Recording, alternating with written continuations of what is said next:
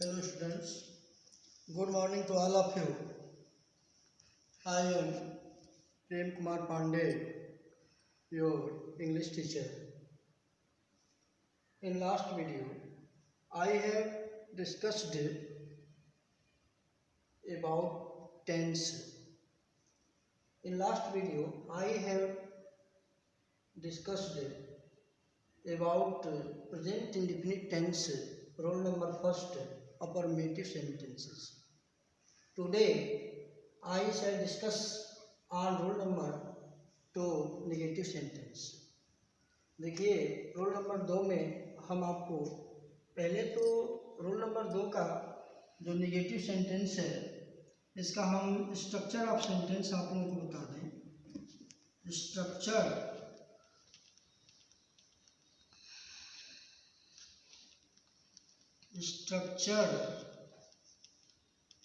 Of sentences. इसमें structure क्या है तो सिंगुलर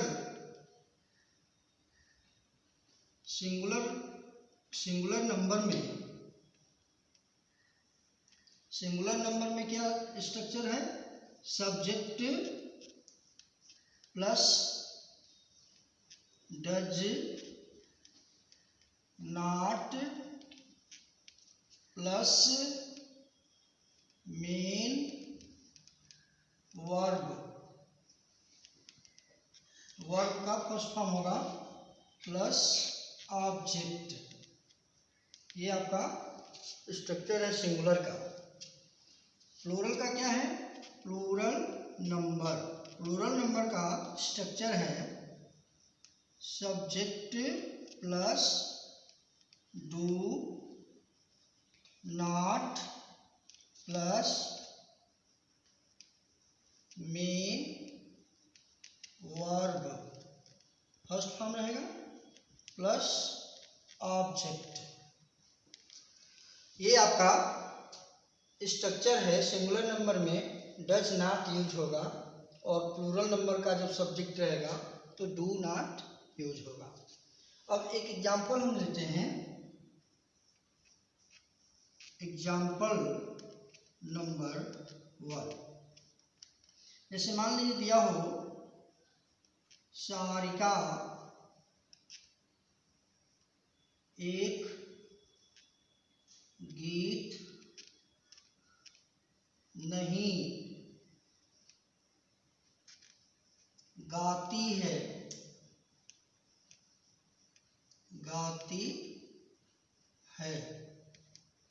तो यहाँ पे आप देखेंगे सब्जेक्ट को. तो सब्जेक्ट है सिंगुलर नंबर.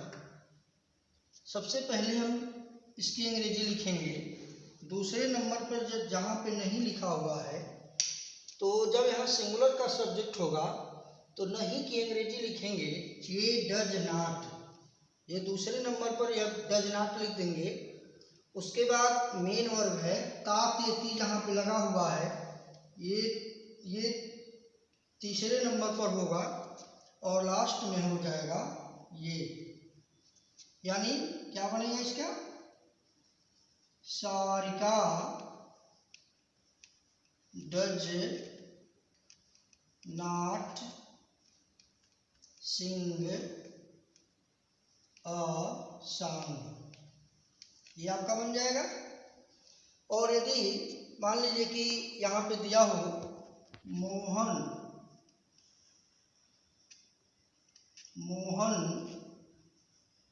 एक अखबार नहीं पढ़ता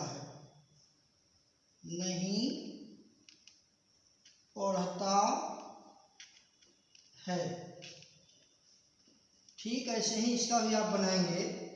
पहले नंबर पे हो जाएगा मोहन, दूसरे नंबर पर डज नॉट, तीसरे नंबर पर रीड और चौथे नंबर पर अ न्यूज़पेपर. यानी इसका बनेगा Mohan does not read a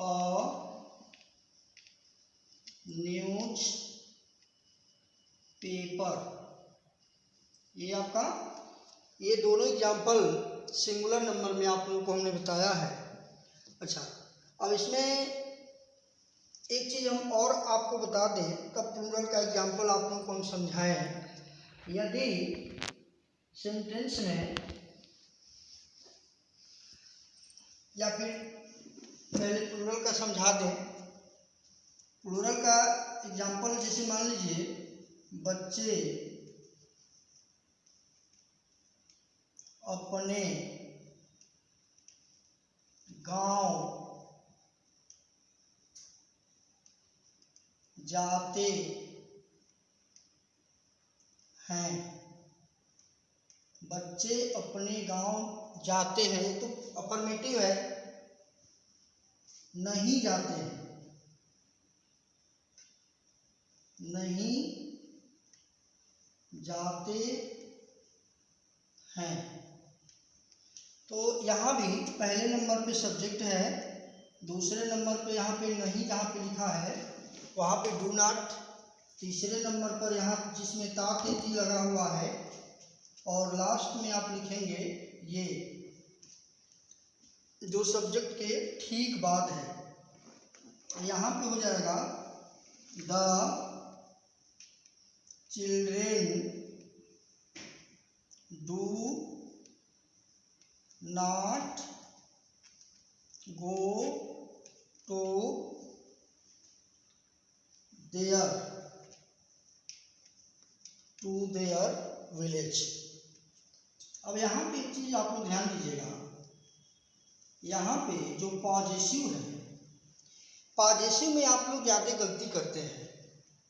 यहाँ पे जैसे बच्चे हैं और यहाँ पे अपने लिखा हुआ है, यहाँ पे रमेश लिखा हुआ है और यहाँ पे अपना लिखा हुआ है, यहाँ पे रजनी लिखा हुआ है और यहाँ पे अपनी लिखा हुआ है, या अपने। तो ये क्या है, जो अपना अपनी जो लिखा हुआ है ये पॉजेसिव एडजेक्टिव है। क्या है ये पॉजेसिव एडजेक्टिव है। तो सब्जेक्ट के अकॉर्डिंग ही उसकी पॉजेसिव एडजेक्टिव यूज होती है। जैसे बच्चे का जो प्रोनाउन होता है, अब इसको यदि इसका ये तो कॉमन नाउन है द चिल्ड्रेन, और इसका यदि प्रोनाउन हम लें तो दे होगा। बच्चे का प्रोनाउन क्या होगा, दे होगा। या कोई भी नाउन अपने प्लूरल फॉर्म में हो, कॉमन नाउन जो प्लूरल फॉर्म में हो, तो उसका जो प्रोनाउन होगा वो किस फॉर्म, वो दे होगा। और दे का पॉजेसिव एडजेक्टिव देयर होता है। यहाँ पे प्लूरल है तो इसका पॉजेसिव एडजेक्टिव देयर हो जाएगा। यहाँ पे यदि रमेश होता, कोई भी मेस्कुलिन जेंडर में होता, कोई भी सब्जेक्ट यहाँ पे मेस्कुलिन जेंडर का होता और यहाँ पे अपना लगा हुआ होता, तो यहाँ पे हिज होता, हिज विलेज होता। जैसे मोहन अपने गांव नहीं जाता है, तो Mohan does not go to his, यहाँ पे हिज हो जाता। रजनी अपने गांव नहीं जाती है, Rajni does not go to her, यहाँ पे मेस्कुलिन जेंडर होगा तो यहाँ हिज होगा, यहाँ फेमिनिन जेंडर होगा तो यहाँ हर होगा। यहाँ पे और जो है यदि कॉमन होगा, यदि प्लूरल में होगा, यदि यहाँ प्लूरल होगा, मेस्कुलिन फेमिनिन में हिज हर हो गया। और यदि यहाँ पे प्लूरल नंबर हो, चाहे वो दोनों मेस्कुलिन हो, चाहे बॉयज एंड गर्ल यहाँ पे लिखा हुआ हो, रमेश एंड गीता लिखा हुआ है, या गर्ल्स लिखा हुआ है, या बॉयज लिखा हुआ है, या चिल्ड्रन, कोई भी यहाँ प्लूरल हो, यहाँ पे जेंडर से नहीं मतलब है। जब प्लूरल होगा तो उसका पॉजेसिव देयर हो जाएगा। यहाँ पे आप लोग ज़्यादा मिस्टेक करते हैं, इसको ध्यान देना ताकि आप लोगों का ये बात करेक्ट हो जाए कि यहाँ पे कहाँ पे माई लगाना है, कहाँ पे हर लगाना हो। यदि यहाँ पे आई होता, मैं अपने गांव जाता हूँ या मैं अपने गांव नहीं जाता हूँ, तो आई के साथ माई यूज होता। यहाँ पे आई होता तो यहाँ पे माई यूज होता। यहाँ पे यू होता तो यहाँ पे योर यूज होता। यहाँ पे वी होगा तो यहाँ पे आवर यूज होगा। तो इस चीज को आप ध्यान देंगे। जैसे मान लीजिए यहाँ पे हम लिख रहे हैं एक सेंटेंस, तुम अपना गृह कार्य, तुम अपना गृह कार्य पूरा नहीं करते हो, करते हो। तो इसका क्या बनाएंगे, यहाँ पे यू है, यू प्लूरल है, तो यहाँ पे हो जाएगा you do not complete, complete. अब यहाँ फिर जो है अपना लिखा हुआ है, तो अपना है यहाँ पे यू को ध्यान में रखेंगे, तो यू के हिसाब से यहाँ पे योर हो जाएगा, पॉजेसिव यहाँ पे क्या होगा, योर हो जाएगा, योर होमवर्क, क्या हो जाएगा, होमवर्क। ये आपका ये होमवर्क हो जाएगा। ये आपका जो भी लिखा हो ये दो सिंगुलर से और दो प्लूरल से आप सेंटेंस बनाए हैं। इसी अकॉर्डिंग कोई भी सेंटेंस बनाना होगा तो आप लोग बनाएंगे। अब देखिए जैसे जैसे मान लीजिए कुछ ऐसे भी शब्द होते हैं, इस सेंटेंस होते हैं जिससे ये नहीं क्लियर होता है कि इसमें सब्जेक्ट क्या है। जैसे वर्षा, रोज वर्षा होती है या वर्षा होती है, तो वर्षा होती है का तेती लगा हुआ है, वर्षा होती है जो सेंटेंस है इसमें ता तेती लगा हुआ है, तो ये तो क्लियर हो गया कि यह प्रेजेंट इंडेफिनिट का सेंटेंस है। लेकिन इसमें ये नहीं समझ में आ रहा है कि हम कहाँ से हम इस वाक्य को शुरू करेंगे। तो आपको मैं बता दूं कि अंग्रेजी में दो वर्ड्स ऐसे होते हैं, इट और देयर। इनको इंट्रोडक्टरी सब्जेक्ट कहा जाता है।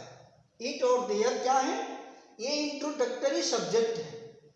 ये वहाँ पे यूज किए जाते हैं उस सेंटेंस में, सेंटेंस के प्रारंभ में प्रयोग किए जाते हैं जहाँ पे ये न बोध होता हो, जहाँ पे यह क्लियर न हो कि यहाँ पे सब्जेक्ट क्या है। जैसे वर्षा होती है, तो वर्षा होती है इसमें ये क्लियर नहीं होता है कि यहाँ पे सब्जेक्ट क्या है। वर्षा होती है, तो यहाँ पे अब देखिए इंट्रोडक्टरी यहाँ पे ये सब्जेक्ट, यहाँ पे इट का प्रयोग किया जाएगा। यहाँ पे क्या प्रयोग किया जाएगा, इट का प्रयोग किया जाएगा। इट रेन्स, इसका क्या बनेगा ट्रांसलेशन, इट रेन्स। और यदि वर्षा नहीं होती है, it does not rain, it does not rain, ऐसे सेंटेंस हो जाएगा। अब दोनों में जैसे इट है तो इट यहाँ पे प्राकृतिक घटना, नेचुरल इवेंट्स, सेंटेंस में यदि टाइम को डिस्क्राइब करना हो, सीजन को डिस्क्राइब करना हो, मंथ को डिस्क्राइब करना हो, ईयर के विषय में डिस्क्राइब करना हो, तो वो सेंटेंस इट से प्रारंभ होते हैं। किससे प्रारंभ होते हैं, इट से प्रारंभ होते हैं। लेकिन जब सेंटेंस देयर से वे सेंटेंस प्रारंभ होते हैं जैसे कि जब लास्ट में हिंदी का जो सेंटेंस है उसमें लास्ट में है, था, थे, थी, थे, इनमें से कोई हो और इसके ठीक पहले, यानी कोई भी सेंटेंस इनमें से किसी एक शब्द से अंत हो रहा हो, इंड होता हो, ending word of the sentence is this, इनमें से कोई एक शब्द है जिस सेंटेंस के लास्ट में और उसके ठीक पहले कोई नाउन शब्द आया हुआ हो, तो ऐसे सेंटेंस को जब हम अंग्रेजी में ट्रांसलेट करेंगे तो देयर से प्रारंभ करेंगे। ऐसे सेंटेंस को हम देयर से प्रारंभ करेंगे और जहाँ पे नेचुरल इवेंट्स का वर्णन हो, जहाँ पे ईयर हो, जहाँ पे डेट हो, जहाँ पे मंथ का हो, ईयर का हो, यहाँ पे प्राकृतिक कोई भी घटना हो, जैसे इस समय बहुत गर्मी लग रहा है, इस समय बहुत ठंडा लग रहा है, तो ऐसे सेंटेंस को हम इट से प्रारंभ करते हैं। और यहाँ पे जैसे देयर से इस कमरे में 500 बच्चे हैं, यहाँ पे एक पीपल का पेड़ है, तो है पीपल का पेड़, तो पीपल जो है शब्द वो नाउन हो गया और है लास्ट में है जो ऐसे कंडीशन में देयर यूज होता है। अब हम इसमें आगे हम आपको ये बता रहे हैं कि जैसे मान लीजिए सेंटेंस में निगेटिव का सेंटेंस हो और उसमें कभी नहीं शब्द के साथ कभी शब्द आया हुआ हो, ऐसी कंडीशन हो यदि सेंटेंस में, तो उसमें हम कैसे उसको ट्रांसलेट करेंगे। जैसे मान लीजिए दिया हो मैं कभी बाजार नहीं जाता हूँ, मैं कभी बाजार नहीं जाता हूँ, रजनी कभी अपना विषय समय से नहीं पूरा करती है। तो ऐसा यदि कंडीशन आता हो तो इसके लिए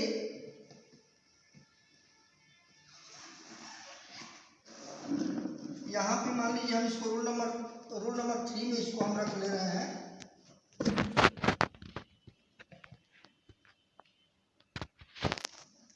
अब देखेंगे, अब यहाँ पे स्ट्रक्चर हो जाएगा यूज ऑफ नेवर का जब यहाँ प्रयोग हो तो यहाँ पे कैसे सेंटेंस बनेगा।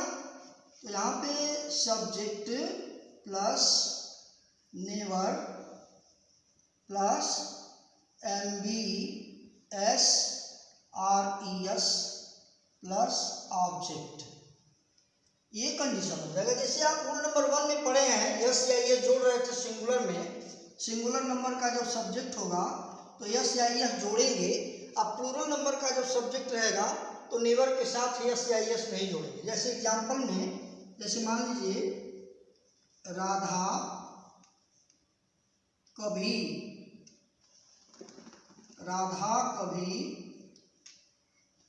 अपना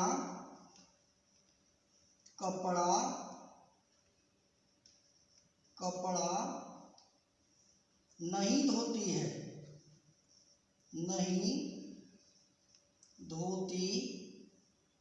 है, ऐसा सेंटेंस यदि है तो जैसे अब यहाँ पे देखेंगे, यहाँ पे लिखेंगे राधा हो गया सब्जेक्ट और राधा क्या है, सिंगुलर नंबर है।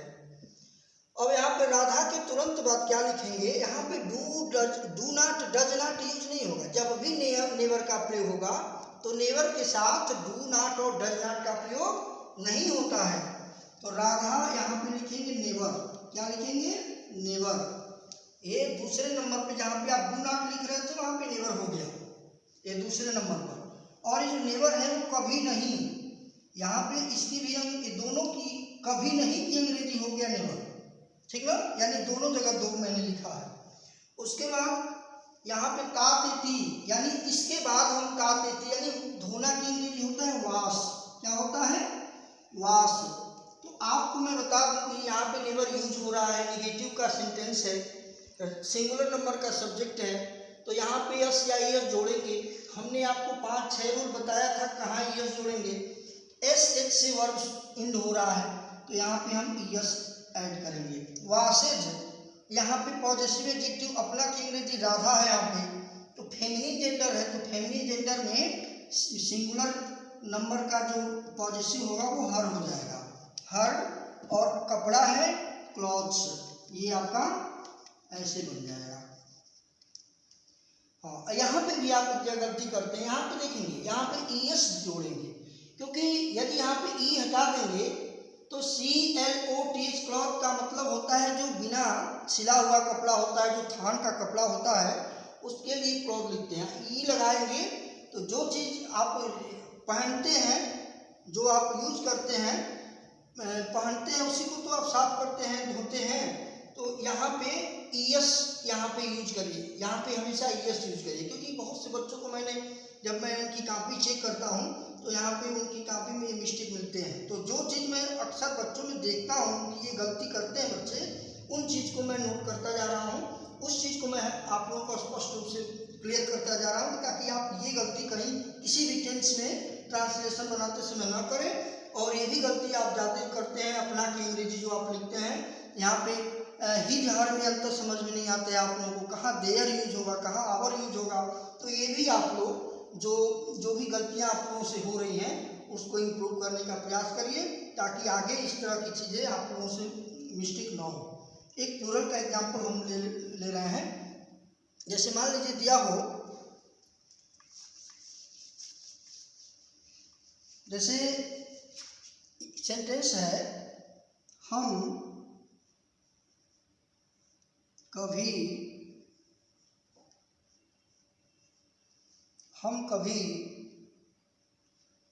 अपना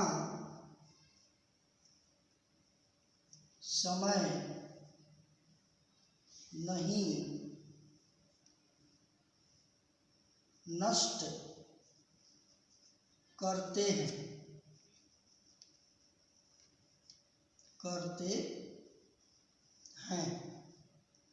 तो यहाँ पे हम शब्द है जो प्लूरल है, तो हम की अंग्रेजी हो जाएगा वी। कभी नहीं यानी यहाँ ये दूसरे नंबर पे आ गया नेवर। तीसरे नंबर पर ता तेती लगा हुआ है, नष्ट करना, तो नष्ट करना की अंग्रेजी होता है वेस्ट। नष्ट करते हैं, वी नेवर वेस्ट, हम कभी नष्ट नहीं करते हैं। ये अंग्रेजी बन गया हम कभी नष्ट नहीं करते हैं अपना समय। अब वी है तो वी का पॉजिटिव होता है आवर टाइम। हम कभी अपना समय नष्ट नहीं करते हैं, we never waste our time. अब देखेंगे यहाँ पे नेवर यूज हुआ है और यहाँ पे एस नहीं यूज हुआ है। क्यों? क्योंकि यहाँ पे प्लूरल है। यदि सिंगुलर होता है हाँ तो यहाँ पे एस जोड़ते।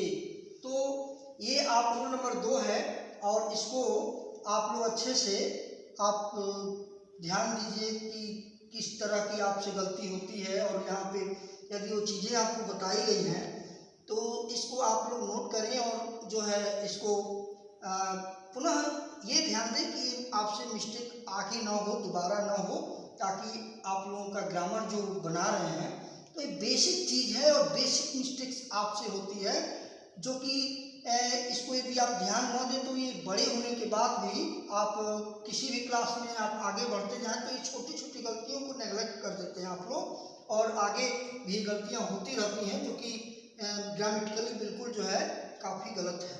तो इसमें मान लीजिए अब यहाँ पे निगेटिव में केवल ऐसा नहीं कि केवल नॉट से ही निगेटिव बन जाता है, अब और भी इसमें निगेटिव के रूप आते हैं। जैसे मान लीजिए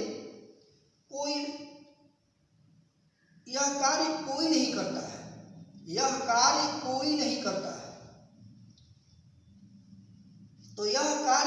नहीं का क्या होगा? पहले तो एक चीज जान लीजिए आप लोग,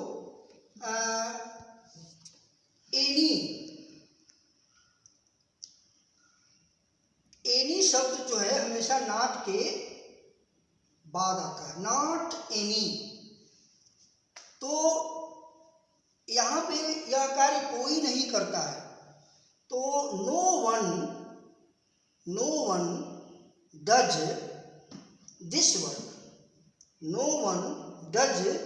दिस वर्क। इस तरह के और भी एग्जाम्पल्स आपको मिल जाएंगे। वह कोई किताब नहीं पढ़ता है।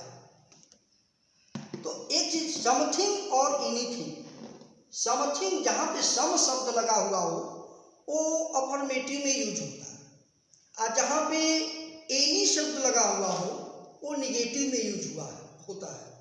तो समथिंग से जुड़ा हुआ शब्द, जैसे वह कोई किताब नहीं खरीदता है, वह कोई कॉपी नहीं खरीदता है, वह कोई विषय नहीं पढ़ता है, तो not any subject, he does not read any subject. तो इस तरह की जो है निगेटिव सेंटेंस भी आप लोग इसको भी ध्यान दीजिए कि जैसे रजनी इस समय कोई किताब नहीं पढ़ती है, Rajni does not read any book, या कुछ नहीं पढ़ती है, रजनी रीड नथिंग। जब कुछ नहीं की अंग्रेजी नथिंग लिखेंगे तो वहाँ पे do not does not use नहीं होगा, और नॉट एनीथिंग के साथ नॉट यूज होगा, उसमें do not does not use होगा, लेकिन नथिंग शब्द यूज हो जाएगा। तो नथिंग का मतलब कुछ नहीं, वहाँ पे do not does not use नहीं हुआ। तो अब बस आज के वीडियो में इतना ही, और उम्मीद करते हैं कि आप लोगों को जो चीज़ें हम बताएं समझ में आ गया होगा।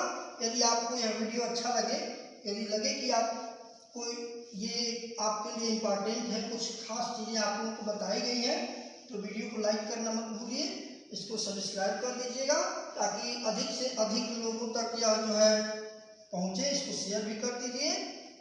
बाकी हैव नाइस डे।